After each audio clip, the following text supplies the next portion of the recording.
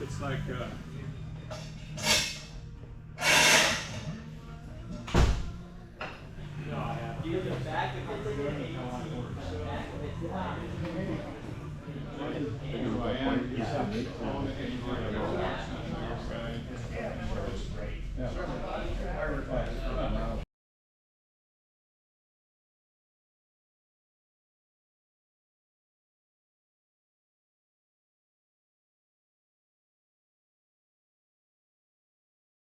Good morning and welcome to our safety workshop. I'd like to thank Sean and Mike and staff of Adrenaline Bike Works. Mike has mentioned though that often Sunday is their busiest day, so if you're backed up to a bike demo, please yield. We'd like to start with two excellent speakers who will begin shortly. We're honored to have bike lawyer Jim Dodson and Ed Barsotti from the Florida Bicycle Association. To briefly outline agenda following our speakers, please pick up an agenda and a complimentary safety vest from Florida DOT during our 5-minute break. As you know, Florida leads the nation in fatal bike accidents. As our group decided to caucus on prominent causes and search for ways to avoid these tragedies, mitigate them, or better yet, completely avoid them. We're also prompted by more frequent encounters with aggressive and abusive drivers. So how do we handle or not handle these meetings? So after the two speakers make their presentations and during the break, please separate into 3 homogeneous groups. We want to take you out of your comfort zone, discuss answers, record them, and share them using a selected representative from your group. We'll see if we have a consensus among the groups. Finally, if Florida bike stats aren't enough to illustrate a cyclist danger out there, I find myself obsessed with a traffic accident that occurred last week in Toronto. 47-year-old cyclist was run over on a busy street, witness going the opposite way, called police, then was crossing the road when a second vehicle struck the downed cyclist, coming to rest on top of the cyclist, who later died in hospital. As we speak, there is a white bike memorial service at the scene in Scarborough. Cycling rights advocate Marvin McArag said, in effect, "These are not accidents. Accidents are when lightning hits a tree in a field. These fatalities are predictable and preventable. We know why they're happening and where." Now I'd like to introduce our first speaker. Thank you, Jim Dodson, bike lawyer. Please take it away.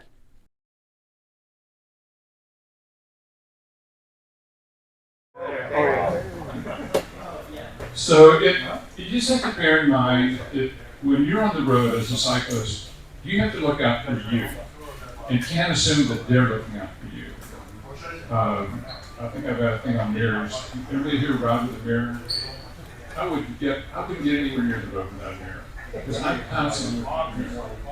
I've only had a couple of instances where I felt like I needed to bail out of an oncoming car. But it certainly gives you a sense of peace knowing that you know it's behind you, and you actually can watch the traffic approach from the rear.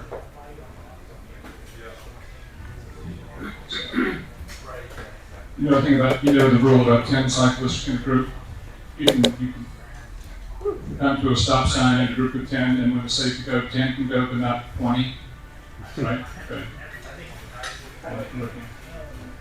Bike clubs are not permitted to get to a stop sign and 40 people go through. They can go through in packs of 10. Okay. Do you see people getting tickets a lot? No. I don't. Well, I'm not in the ticket business. I only get called when someone's been injured in a crash. So I wouldn't hear about that necessarily. But I've never heard about it. It's kind of hanging around bike clubs. I've never heard it talk about.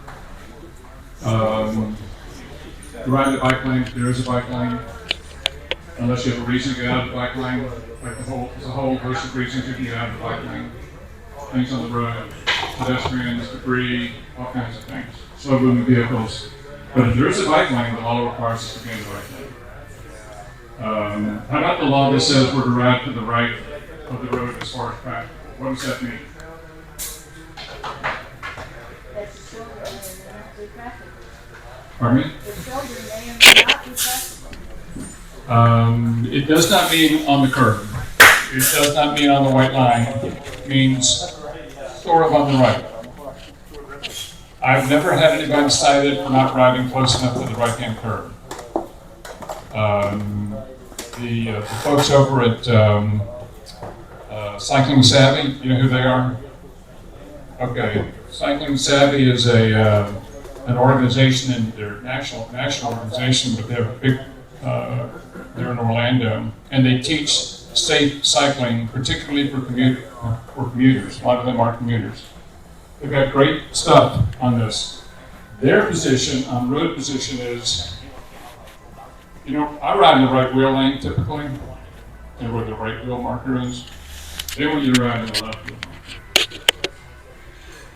I'm like, I get it. I never feel comfortable being out that far. From a practical standpoint, when you're riding down the road, how to speak. When you're riding down the road, the further you are to the right, the more difficult it is for you to be seen by a car pulling out from the side, because they're looking for vehicles, of course. They're not looking for us. You're much more apt to be seen when you're out 4 or 5 feet from the curb in the lane. And secondly, their position, Cycling Savvy, makes a great position, that when someone approaches you from the rear, and they know that you are in the lane, and they see you in the lane, they know right away they can't squeeze by you. They've got to make a decision to slow down or pass around you long before they get to you. So that's their position, and I think it's a very valid one. So you just have to have the courage to get off the curb and come out of the lane, and that tells me I wouldn't do that on a 55-mile-an-hour roadway necessarily. I personally stay on roads that are more than 35. Anybody have any observations about that? Is this the same thing as this car here? Which one is it? No.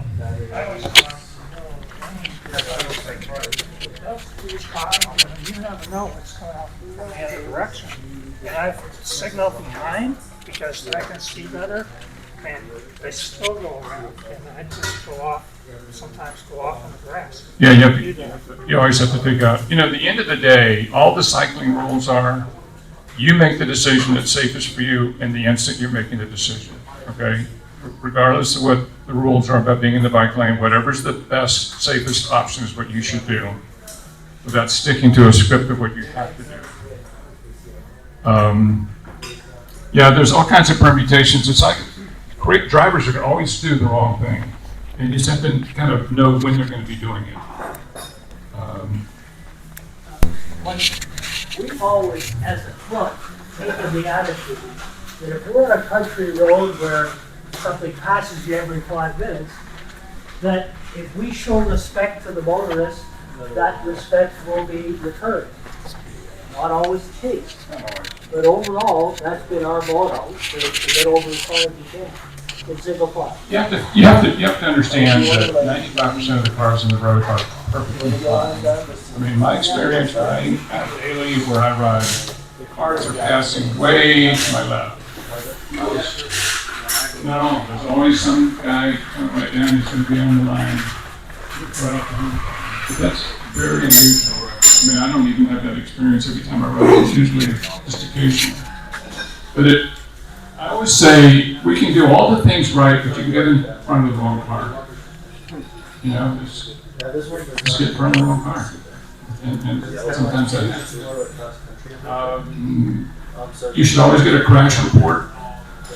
I've been in so many situations where someone's been in, the car's hit them, the driver's so nice, they're apologizing, I'll take care of it, they don't call the police, and then the wheels come off because the driver goes home, the family talks to him, and now they start lying about what happened. The value of a police report is to establish that that driver and that vehicle was there that day, and typically, before they start rationalizing what happened, they'll tell the truth to the police officer. You get your best opportunity to get the truth as soon as the cop arrives. By the time the family gets there, and they start talking to their neighbors and their children, all kinds of stories come out. And it's not what happened. If you don't have a police report, you don't have a tiebreaker, it's very difficult to unravel that because it's just a one-on-one. Because so many accidents occur with a cyclist and a driver, and they were the right witness. And many times, you'll see police reports where they'll come to a scene of a crash. There'll be 5 cyclists standing around who saw it happen. They will get one name. The police report will have no names. They'll have the driver and the cyclist, and they'll make their decision based on that. Even though they've talked to all these people, they won't record their names.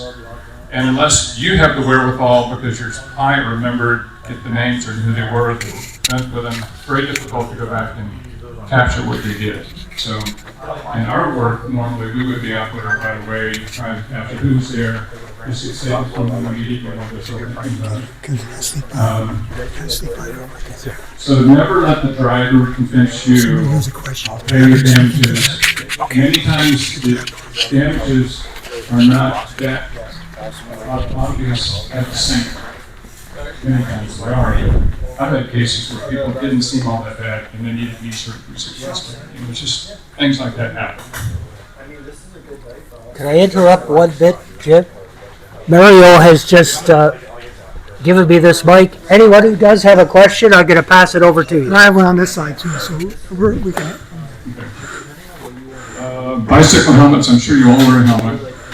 Are you familiar with the technology improvement in helmets, the NIPS and the wave cell and all that? Anybody not wearing a NIPS or a wave cell or other technology? You need to get a new helmet. I know I ride Specialized, I think that's what they have, but I love the Von Traeger wave cell helmet. Intuitively, it looks like it works really well to me. It's $100, rated very, very high. You told me there was 200 when you told me. Well, you can buy them for $375. Well, I paid 50 for it. Well, but I'm going to tell you the mechanism of safety on the NIPS on the wave cell is the same. But when you pay $200 more for the helmet, there are differences in the strapping and the plastic, and it is a better helmet from a fit and quality standpoint, but from a safety standpoint, it's all the same. Yes. Do you ever use Virginia Tech's ranking of helmets? Yeah. Because they have some very inexpensive ones that are highly rated. So she's pointing out a very good thing. Virginia Tech University has their helmet lab, and they test helmets all the time, and they'll rank them. I used to get one in the top 10. It's kind of personal. There's not a huge difference between those. If you get anything in the top 10, you're fine. And just go to the helmet lab and see what they have. And you make a good point that they're not all expensive. You can get good helmets for $100, sometimes less. You have to change your helmet if you live in Florida every 5 years is the very most. They suggest you change them more frequently than that because of the sun, perspiration, and all those things. You should not let your helmet lay around. I would suggest you mark when you bought it because you're never going to remember that 3 years from now. When you bought it, so you know you need to trade it out.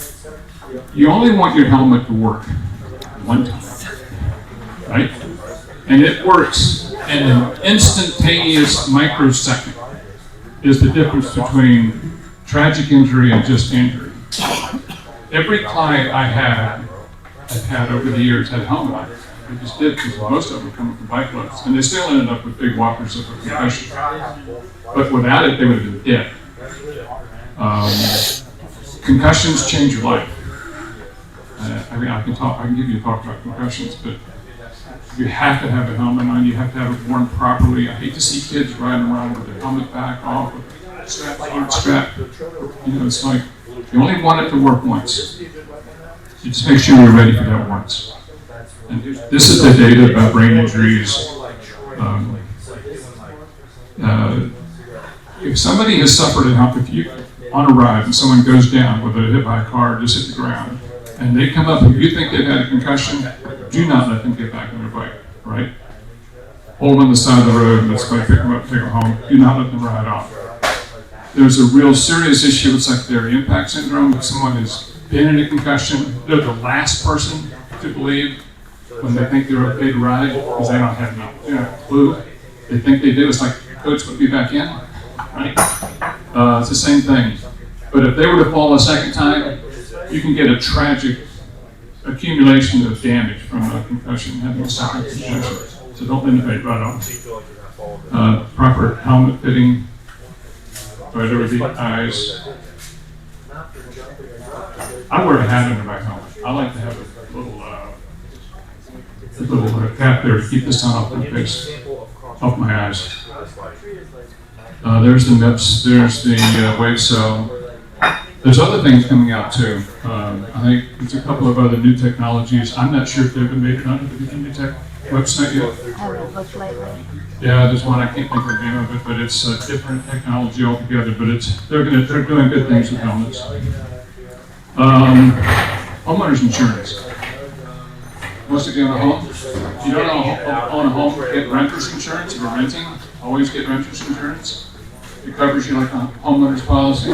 The reason you need it is if you're riding with somebody and they go down because of something you do, they have a claim against you. That's not necessary, you know, for them to do that. I was riding with a dear friend of mine, and we were stopping at a rest stop. And I was looking to my left, but somebody approached me on the east side. And we just brushed wheels. We were just barely moving, of course. And he just fell over on his left shoulder. And he got injured badly. Didn't need surgery, but it's just like, how'd that happen? You know, guy that owns Willworks in our garden, riding with his daughter, same thing happened. Real estate, broke his collarbone. Anyway, homeowners insurance protects you if you're at fault in a crash. Most of the organized clubs will not allow a lawsuit against a club member. You guys don't have an organized club in that respect. You don't have documents. But like the big clubs, three-wheelers and all the big clubs, they usually, when you sign up there, you can bring a claim against somebody on an organized ride typically. But you always want to have homeowners insurance because if you hit somebody in a crosswalk or hit somebody on a bike trail that's walking the dog or something, you just have it. And conversely, if you're on a trail and get hit by somebody or injured by somebody, you can have a claim against them under their homeowners insurance as well. I see people where I ride the wrong way. You know, they're coming at you in the bike lane, or these pedestrians step off in front of you. Get terrible injuries from that. Had a guy walk into the path of a motorcycle over at Daytona Beach years ago. He was drunk, of course. The motorcycle went down, both riders were injured. Had a claim against him under his homeowners insurance. So, something to keep in mind. Homeowners insurance isn't great life insurance, though, in terms of protecting the bicycle. Bello insurance. You heard of Bello insurance? BEL. I'm not sure if I have a slide on it. Bello insurance is, I'm sure my bike's on Bello insurance. From death, brokenness, whatever happens. I was going to meet my son one day, and my bike on the back of my vehicle stopped at a traffic light. So I just took his foot off the brake and just kind of rolled into the back of my car and cracked the frame. That would be covered with your Bello insurance. Bello insurance protects the bicycle, doesn't protect you. It's like I pay a premium of about $300 on a $4,000 or $5,000 bike. There he is. You come up with $300, so that easier than come up with $4,000. And they don't depreciate the bike. If the bike gets broken, the bike gets stolen. I had a case one time, somebody called me, they leave their bike up at a rest stop on an organized ride, and the bike next to it fell over and cracked the frame of this $8,000 bike. Just weird things happen. Is that a one-time fee or is that yearly? It's a yearly fee. Yearly fee. Yeah. I stopped insuring. I've got a bike that's 10 years old. I stopped insuring that one, but I have a newer one that I insure. Uninsured motorist insurance. Has nothing to do with safety, but it is the most important thing. The most important thing I'm going to tell you today, frankly, in my view, is uninsured motorist coverage on your auto policy. So if you own a car in Florida, if you're going to ride a bicycle, do not leave home without uninsured motorist coverage on your auto policy, because uninsured motorist coverage protects you and every member of your household if you're injured because of a motor vehicle.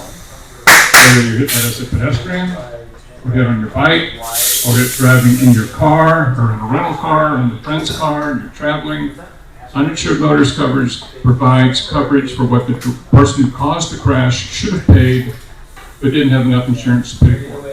Okay? An example. You're on your bike and hit by a driver who's got a $10,000 bodily injury liability policy. He fractures your hip. You got a $300,000 claim. The $10,000 is all the guy's got. You can't get money from the guy who's got $10,000 in coverage. He's not going to have a check to write for you. So you would look to your own insurance company to pay the difference between the 10 he has and the 290 you need to fully pay your claim if you have uninsured motorist coverage on your auto policy. Does that make sense? So in Florida, when you buy insurance, you get, usually it comes as like 100, 300, 250, 500. That means one person will get up to $100,000, but multiple people would share $300,000. And you're in a car crash, 4 people in your car are injured. You've got UN coverage on your auto policy. It's a 100, 300. One person, any one person can get 100, 2 people can get 100, or 3 people can get 100. But if there's 5 people, they're going to share the 300. Does that make sense? No one person gets more than 100. So anyway, and you can buy combined single limit coverage as well. I just can't say enough. I rarely have a case involving any serious injury where my client did not need UM coverage. To fully pay their claim. And fully paying the claim isn't just your pain and suffering, it's paying the unpaid medicals. It's if you're young enough to be working or have earning capacity, uninsured motorist protects your earning capacity. If you can't work for 2 years or 3 years, what's that worth? The big pain and suffering is the big one, but any case that we had is involving some serious surgery, the medical bill is going to be over $100,000. Your Medicare may pay, your health insurance may pay, but they're entitled to get reimbursed out of your settlement. And in some of the situations, they stand first in line, not second in line. They don't come after you, they sometimes come ahead of you. So uninsured motorist helps pay those expenses and hopefully put money in your pocket as well to cover what you went through. I've got on the FloridaBikeGuy.com website, I have a book on uninsured motorist coverage. It's a little 15-minute read. If you order a copy there, I'll send you one. Just go there and it'll give you a good explanation of what it is. Lighting. Everybody here buying the lights on their bike? I personally buy with 2 lights in the back, 1 in the front.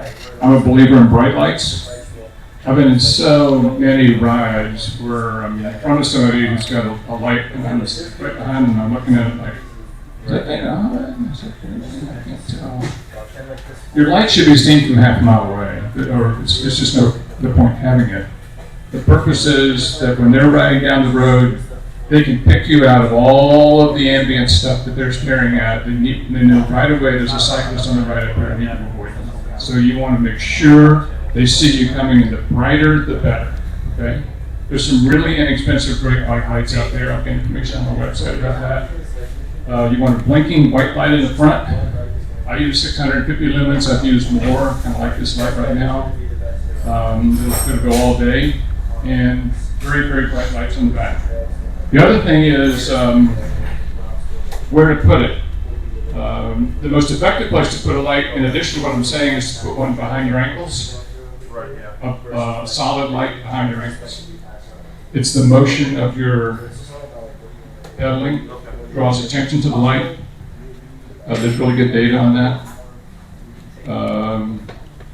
Creating conspicuity is a word that means they recognize this is something they need to avoid. I know that Skip has talked about, and we have this fluorescent stuff. This is really great. This is the This is a jersey. This is my website jersey. So this is designed to be seen, but the places where you want color is on you want yellow shoes or yellow shoe coverings, you want yellow socks. And I ride with yellow compression hose that come up right below the knee for 2 reasons. Don't need the sun, if you're on my leg. And it's the most effective place to put the fluorescent colors is below the knee, because you're moving, it attracts the eyesight of the driver. But the more yellow you wear, the more effective that is. Yellow is not actually the best color. The best color, I think Skip used this in his presentation the other day. You can see yellow at 121 feet, white at 180, and green at 426. And I'll have a full suspension. I kind of like I think that. that's the way to do it. I'd rather. What I really get frustrated, frankly, with, I've been in so many, I've talked about this for a long time in a lot of places, and guys want to wear black. They just do. And black is invisible. Because black blends in with all the visual clutter that the driver is looking through. And, you're looking, you have to be, it's just like the helmet. It's a split-second recognition by a driver that you're there. And black doesn't do a dang thing to help you be seen, other than make you feel good, frankly. So, if you want, I'm all about increasing the odds and I'm going to come home without going to the hospital first. And wearing bright colors is definitely a huge factor. Denmark has studied this. It decreases the chance of being hit significantly, like 50%.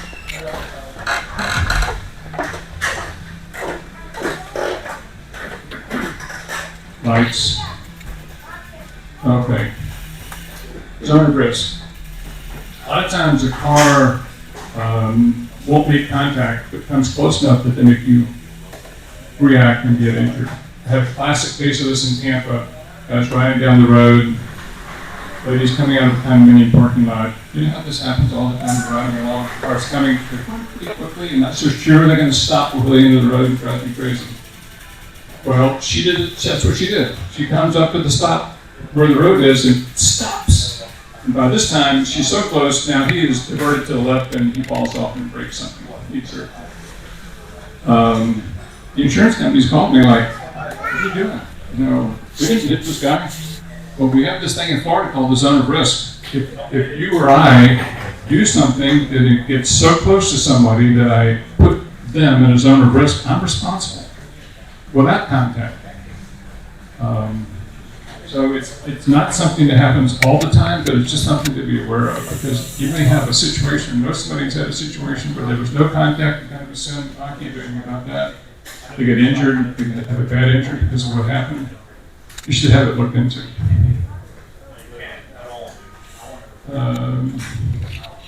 3-foot rule, no contact. That happens a lot.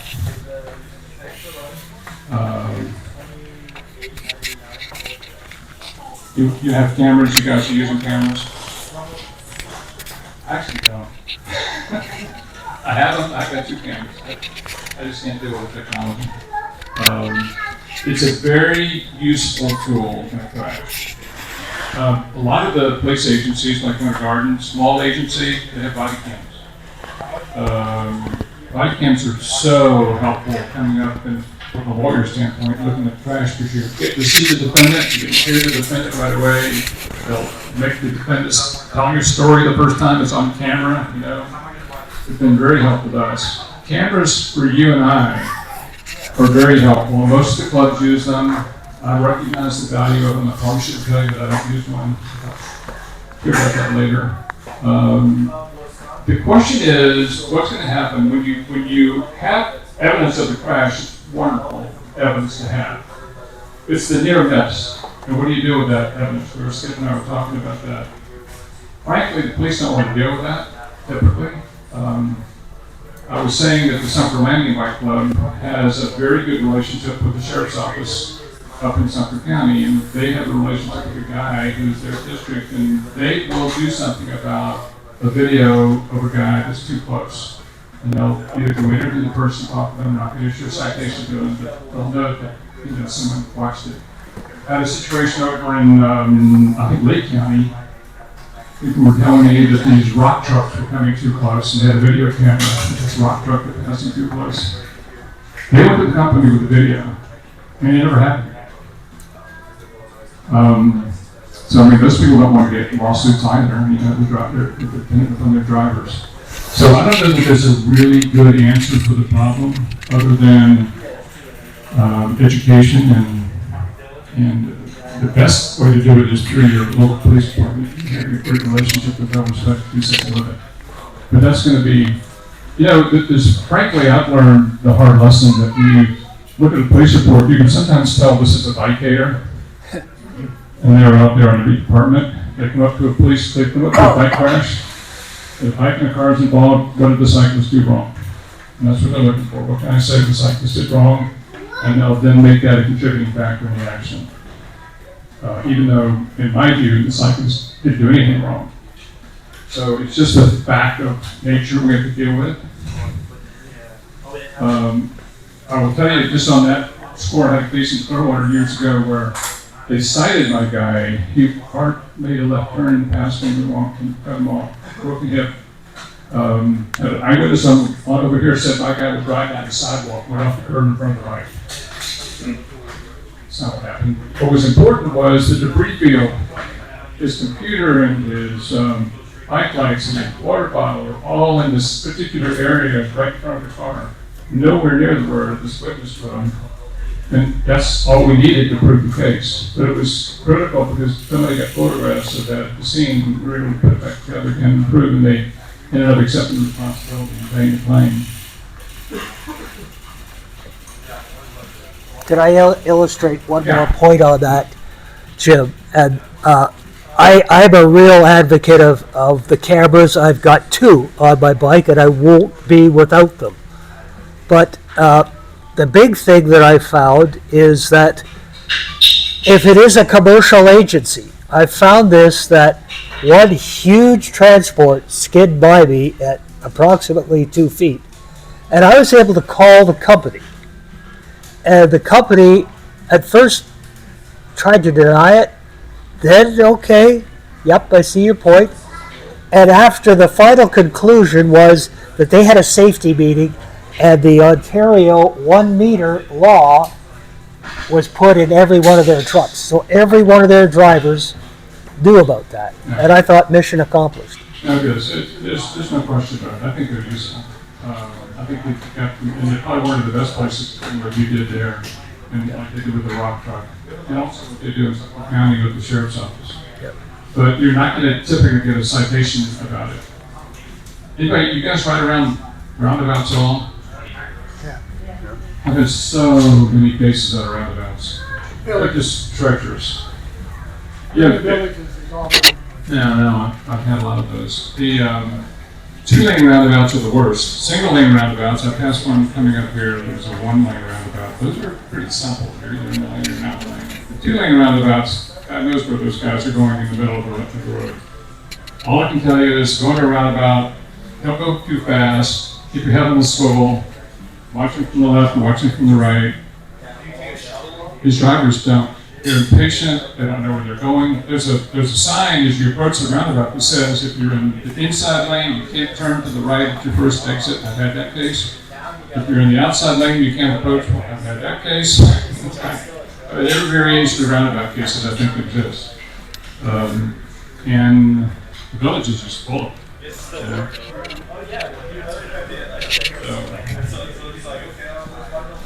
So, any questions? Yes. Is there any law defining what a bike lane painted green? That started out as an experiment by DOT, and I think where I've seen it is, I live in Clearwater and I ride Bell Boulevard, which is mostly bike lane. But down before the Madeira Beach Causeway, they have stripes and then they have a solid. And it's an area where the cars are coming up to the causeway and they're going to turn across the bike lane. And it's a recognition that you can't cut across this bike lane here. Well, there's one right down the road here, with the new highway that's kind of cool. So, cars that want to go to the right are go up a ramp, but in order to go up that ramp, they cross the bike lane that only in that area is it painted green. Just And a it's a reminder, solid I think, I said the wrong thing. They're not prohibited from crossing it. It's a reminder that should be occupied bicycle, or can be occupied bicyclists. I think it's just a visual reminder. I think there's some, It's a conflict area. It's right. Well, this, Right, that's who the better has the word. right of way is the question. Is Pardon there me? any law about who has the right of way? Well, you're a vehicle on the road and they're a vehicle on the road, so the rules, motor vehicle laws apply. I mean, it's like who's there first. If you're established in the bike lane, you've got the right of way. They can't cut you off to get where they're going to go. There are dash lines there. It's just like if you're merging in a car. There's dash lines. Yeah. And so the person who's crossing the dash line has to yield the right of way. Right. It's a cautionary thing, and there's also, DOT was playing with green boxes at intersections, and I'm not sure if that ever went anywhere. It did, yes. I could speak on that. All right, good. Yeah, we'll talk on that then. All right, that's what I have to say. Any other questions? Yes. Dogs. Do homeowners insurance cover dogs? Maybe. Dogs are a terrible problem, particularly around here. Citizens insurance has 75% of the market, 60%, a big part of the market. Zero dog coverage. $100,000 limit if they did have coverage. So some companies will cover dogs, but they won't cover breeds. They won't cover the more aggressive dogs. I've had many dog cases. We've been very successful with some, but some there's no coverage. In these rural areas, it's really difficult to get the homeowner to answer the door to give you information about coverage. There's no public record place to go and find out on his homeowner's coverage. You can always find it on their car because the motor vehicle lost. You got to send an investigator to the door or send a letter and hope you don't get shot or attacked by the dog getting the information, right?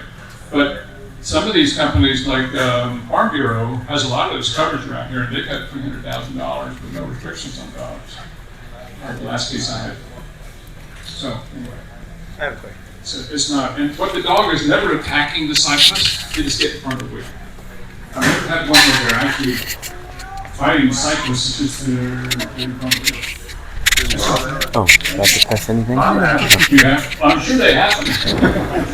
I've been chased. I've been in a bike safari. I've been chased up there. Yes, sir. I got hit a couple times in South Florida, where we were from, my wife and I, and one time. Are dogs? No, hit by motorists. Okay. So the police came and I got scratched up. Well, but I said okay. My attorney later told me, you want a paramedic report as well, not just a police report. If you have any kind of, even if you think it's superficial, his advice to me was make sure you call the paramedics. I think I wouldn't disagree with that, but if you don't go to an urgent care somewhere, if you don't do that, don't go to the ER, go to a walking clinic. It'll be a third of the cost and 20% of the time. But you need somebody to document exactly what happened and how you were scuffed up. You know, the way insurance companies value claims, they have this computer program that they fill out at many companies, and they give points for all the road burn, what have you. It's also an effective gauge of how hard the impact was when you have, even though it's not a permanent injury, but you know, your collarbone fracture is, and so all that stuff, and document it with your own photographs. All very important. I hope you never need a bike lawyer. If you need a bike lawyer, I'd be happy to answer questions for you. Or I do a newsletter every couple of months at this point. Be happy to put you on my newsletter list if you'd like to. You get my newsletter? Yeah? Yes, Yeah. I do. You like it? Yes. She likes my newsletter. If you like me on the newsletter list, it's really not so. I tell you what I do, but it's not a lot of self-promotion stuff. I think it's interesting. I like to read, and I put a lot of stuff in there that I think you might find interesting. So I have a little form up here. Anyway.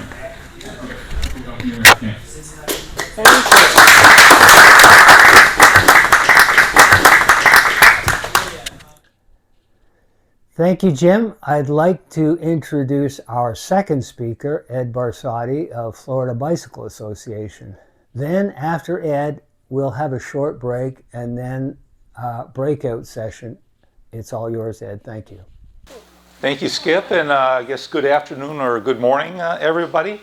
My name is Ed Barsotti, and I am a part-time volunteer staff member at Florida Bicycle Association. Show of hands, how many people know what Florida Bicycle Association is? It's a statewide bicycle advocacy organization trying to improve conditions for people who bike. I had a similar role in Illinois, where I've worked for 23 years helping the Illinois version of FBA. So in my talk, if I reference Illinois, that's the reason why. With Florida Bicycle Association, one of my roles is bicycle infrastructure assistance. That means a few things. There were comments about roundabouts. There was a question about the green striping and so on. We do a lot of work with Florida DOT on coming up with better design policies for roadways to improve conditions for cyclists. Similarly, if there's advocates who are wondering, how do I improve this particular road for bikes? You know, it has this amount of width, it has sidewalks, or what, it has all these different conditions. What's the best way to improve conditions? We provide advice for that. I've done bike plans for probably 22 towns in Illinois, where I look at corridors and make an assessment of what is something that can be achieved to make conditions better, to make the infrastructure better for cyclists. When people contact me in Florida, when they contact FBA, I'll help you out with figuring out what's appropriate at the location that you're talking about. Any particular road that you're concerned about, I can try to help you. But what I'm here today to talk about are some ideas for public education to try to improve bike safety out there. There's a couple of different tools that I'm going to be mentioning, and then a third different program that exists that FBA that FDOT offers, and what it requires is local advocates or local clubs to get involved to bring those programs to their communities. So when Skip approached me and I told him, you know, maybe I can talk about those three ideas, he thought, yeah, that's what this meeting might be looking at. So the first idea, the first tool that I want to mention is the Florida Bicycle Safety Quiz that's on FBA's website. Show of hands, how many people have taken our Florida Bike Safety Quiz? Everybody at once. All right, we'll have to get the word out a little bit. So this is Florida Bike Safety Quiz at flbikesafetyquiz.com. It's a replication that's been tailored for Florida. It's a replication of something we developed in Illinois that has now been used by over 300,000 people, mostly students, mostly driver education students. It's a quiz-based online lesson where you have multiple choice questions, 25 or 33 questions depending on which one, and people learn by the quiz. It presents all kinds of different situations that cover what are the Florida laws for motorists regarding bikes, what are the laws for cyclists that Jim mentioned quite a bit as well, what are the common crash types, what are the mistakes that are made. We have 3 different quizzes, one for children aged 4th and 5th grade, adult cyclists who are, could be high school, it could be adults, and also one that's directed specifically for motorists. So these are 3 lessons that we've created. People jump right into the question. If they get it wrong, the quiz interactively will tell you why your choice was wrong. That's where the learning occurs. Then they're forced to answer it right. We shuffle up the order of the multiple choice so that they're forced to learn the answer. So this is a tool that we've used as an alternative to, say, just a brochure that people can learn through a quiz format.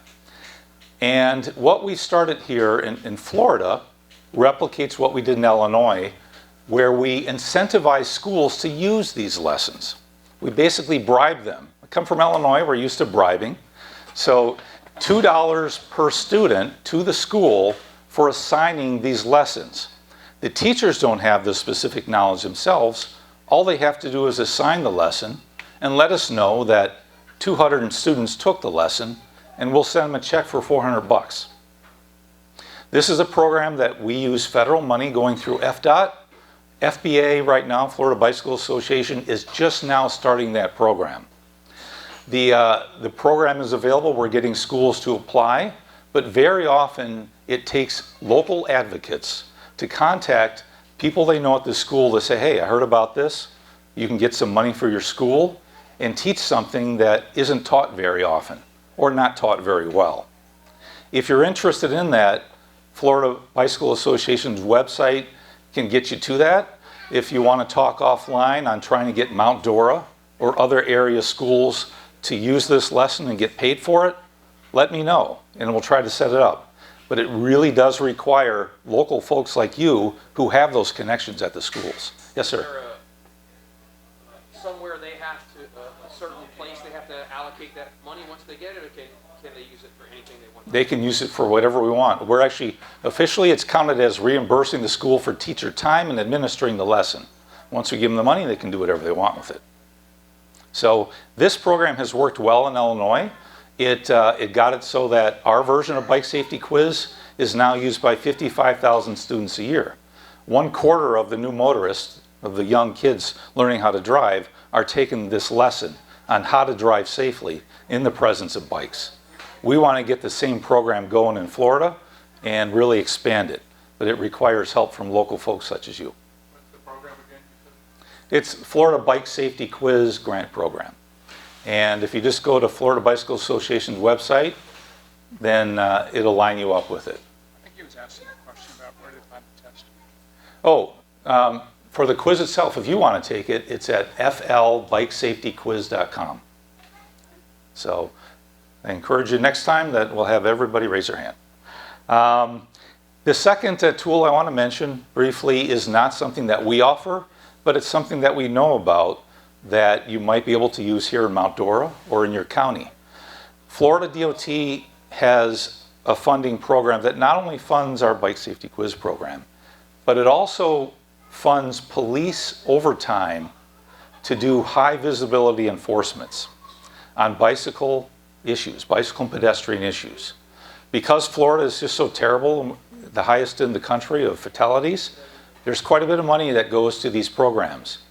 What I've found through my experience is that if I just go to the police department and say, pretty please, can you spend some time enforcing drivers passing too closely here, or crosswalk laws being ignored, or things such as that, they're going to say, well, we don't have the manpower, it's just not our priorities. But if you have money available for police overtime, then you can get things done. So it is through this Florida High Visibility Enforcement Program that a police agency, a local sheriff department, or a city's police department can get money to do these targeted campaigns. While it's not something I have experience working with directly, I can connect you if you're interested, and if you have police connections, I can direct you on how to get them to access that money. Okay? And then the third and final tool that I want to mention is something that Florida Bicycle Association helped with here in the state, and that's 3-foot law signs. Jim mentioned quite a bit about 3 foot being the minimum distance that a driver is supposed to pass a bike.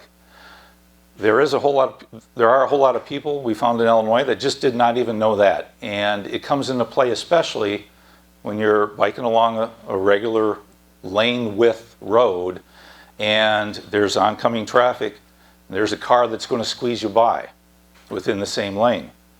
The vast majority of lanes that are less than 14 feet are too narrow for a car to squeeze by and still legally pass with that 3 feet. So what we've done in Illinois and what we've brought to Florida is had a sign developed and approved by the state DOT. And then when the DOT has approved the sign, we have then heard from local cyclists who say, this particular road is a problem road. We have a lot of close calls on this road. So with our help, we would go to that road agency and say, there's a sign that you can use in this situation, and we're actually even willing to help pay for it, if not for the whole sign. It might cost $80 for the sign. It's not a big deal. Local bike clubs or even our organization back in Illinois would come up with that small amount of money to pay the sign, as an effort of good faith, to tell the road agency, we're serious about this. We're willing to pay for the sign if you can just install it. So we've had dozens of places up north where on problem roads for cyclists, there's a sign. In Florida, there's 2 versions that exist that I'll show you. I don't have a PowerPoint, but first one that Florida DOT came up with, Florida law, motorists must give bicycles 3-foot clearance. They're fairly restrictive on where that sign can be used. It has to be on a designated bike route. We're trying to get them to change that to loosen up a little bit. But in the meantime, the national standard setters for a sign came up with an approved sign 2 months ago, 3-foot minimum clearance to pass, and then you have a bicycle symbol. So sorry? That's better. That's a better sign. And they can put Florida law on the top of that if they want. So this is now a legitimate and legal sign that if you as a cycling group or individuals believe there's a problem road in your biking area, and if you want to make the pitch to that road department to install the sign, it's something we'd be more than happy to write the letter on your behalf, to maybe even meet with that road agency to make the request. So again, this is just a public education thing. It's not going to stop bad driving completely, but it might help a little bit. So those are 3 different tools, and again, Florida Bicycle Association is an organization of advocates advocating on behalf of you, the Florida bicycling community. We encourage you, if you're interested in using any of these tools, to let us know, and we can help bring it locally to your riding area. So thanks for your attention. Thank you very much.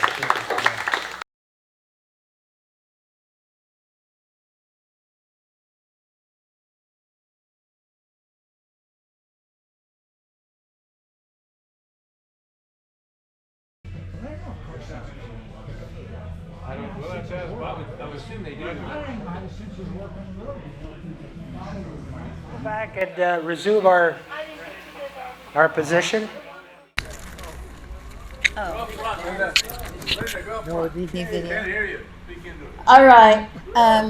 For the 4 questions you gave us to consider, we're very pessimistic about finding solutions. However, we did talk about being respectful and firm when we encounter aggressive drivers. We talked about being better at being seen in how we ride and how we dress.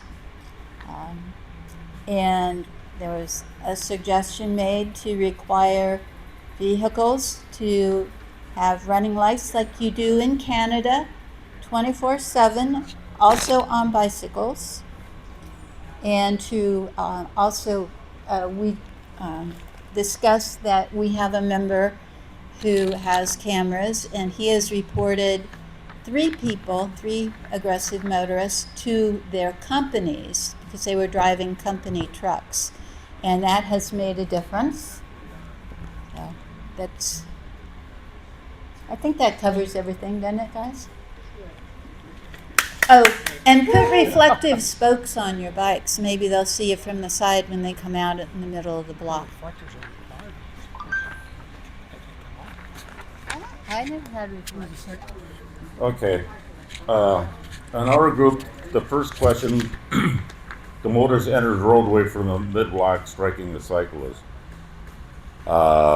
Basically, the only thing we could come up with as far as what we can do, just got to use common sense, and you got to be always on the defensive when you're driving. Keep your head on a swivel, like you were saying, and make sure you've got enough reflective clothing and the lights and all that sort of stuff to prevent something like that from happening. And then motorist overtakes and strikes a cycle. Well, there, you have to be on the defensive, and then just make sure that if something like that does happen, that it is reported, that it get all the legal stuff that has to be done. That's the only other thing we can think of. And then When it comes to cyclist response when encouraging aggressive, abusive motorists, just use common sense and just sometimes just the best thing to do is just keep your mouth shut because you don't know what you're going to run into. I've personally had incidents where people threw stuff at me and they yelled at me because they think a bicycle should be on a sidewalk and it should not be on the road. And you know, you're one person on a bicycle, and some guy driving around with a pickup truck, and you don't know what he's going to pull out of that pickup truck. So I just keep my mouth shut. That was basically it.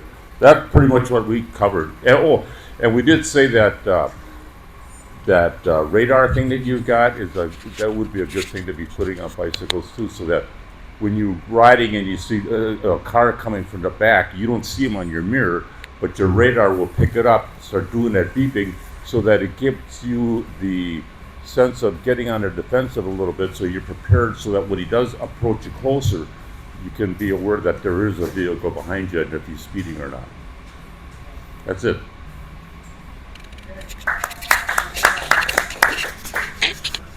Road selection and time of day.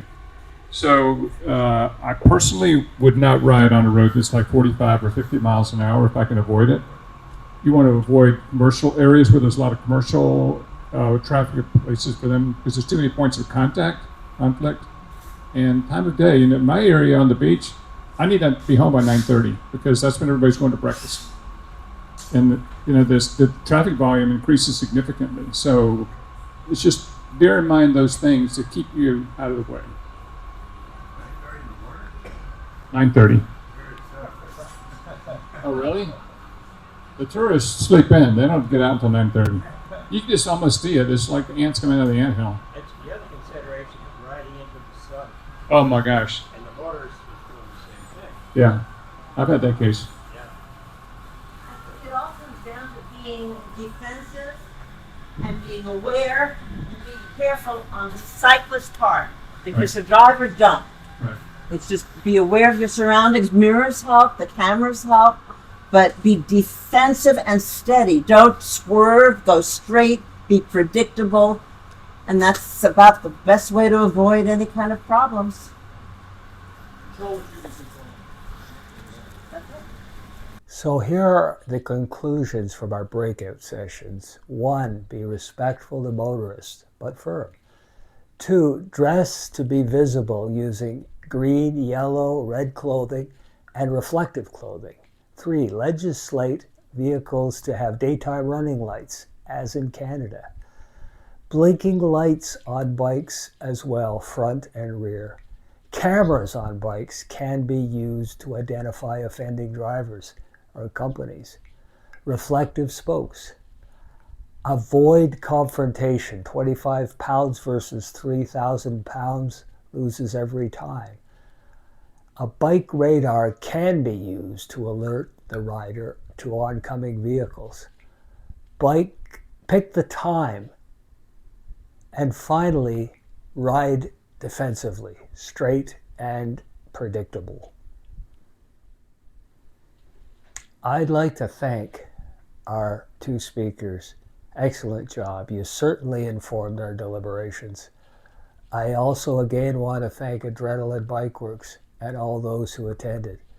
If we save one life, one injury having this workshop, it's all been worth it. Thank you very much.